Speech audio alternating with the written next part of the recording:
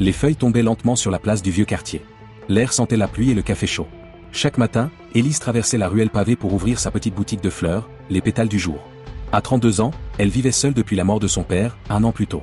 Depuis, chaque automne lui paraissait plus long, plus silencieux. Son rituel ne changeait jamais, une tasse de café brûlant, la radio en fond, puis le rangement des bouquets avec une précision apaisante.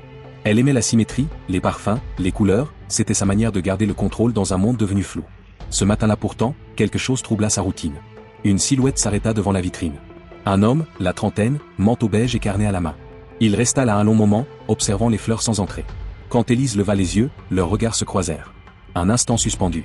Puis il disparut dans la brume. Ce fut la première fois, depuis des mois, qu'Élise sentit son cœur battre autrement que par habitude. Le lendemain matin, la brume couvrait encore les toits. Élise ouvrit la boutique plus tôt. Peut-être espérait-elle revoir cet inconnu, mais elle se disait que c'était absurde. Pourtant, à 8 heures précises, la clochette tinta. « Bonjour », dit-il d'une voix calme. « Bonjour », répondit-elle, surprise. « Votre vitrine m'a arrêté hier. Il y a ici quelque chose de vivant, même quand tout semble mourir dehors. » Elle sourit. « L'automne rend les fleurs encore plus précieuses, je crois. Je m'appelle Adrien, dit-il en tendant la main. Élise. » Son regard glissa vers une photo accrochée au mur, Élise et son père devant la boutique. Il avait l'air heureux, murmura-t-il. « Oui. C'était avant qu'il parte. Je suis désolé. Merci. Et vous? Vous êtes du quartier? » « Non. » J'écris.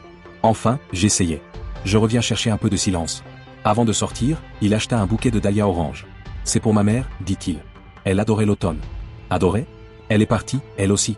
Deux âmes blessées venaient de se reconnaître, sans encore savoir pourquoi. Les jours suivants, Adrien revint. Pas chaque matin, mais souvent. Parfois il achetait des fleurs, parfois rien. Parfois seulement un sourire. Un jeudi, la pluie tombait doucement. Adrien entra, trempé, son carnet sous le bras. « Vous allez finir malade à force de venir sous cette pluie, » lança Élise. « J'avais besoin d'air, et d'un peu de couleur, » répondit-il. Il posa le carnet sur le comptoir. « Vous écrivez encore » demanda-t-elle. « J'essaie. Mais les mots me fuient. Peut-être faut-il arrêter de les chercher. Laissez-les revenir d'eux-mêmes. C'est ce que vous faites avec vos fleurs ? Oui. Parfois, j'arrête de composer. Je regarde juste. » Un silence, puis il arracha une page du carnet. « Tenez. C'est une phrase que je n'arrive pas à finir. » Élise lut. « Les choses les plus fragiles sont souvent celles qui tiennent le monde debout. » C'est beau, dit-elle. Même inachevée. Peut-être que vous saurez la finir. Ce soir-là, Élise encadra cette page près de la photo de son père. Et pour la première fois depuis longtemps, elle ferma la boutique en souriant. La suite, demain, à 18 h.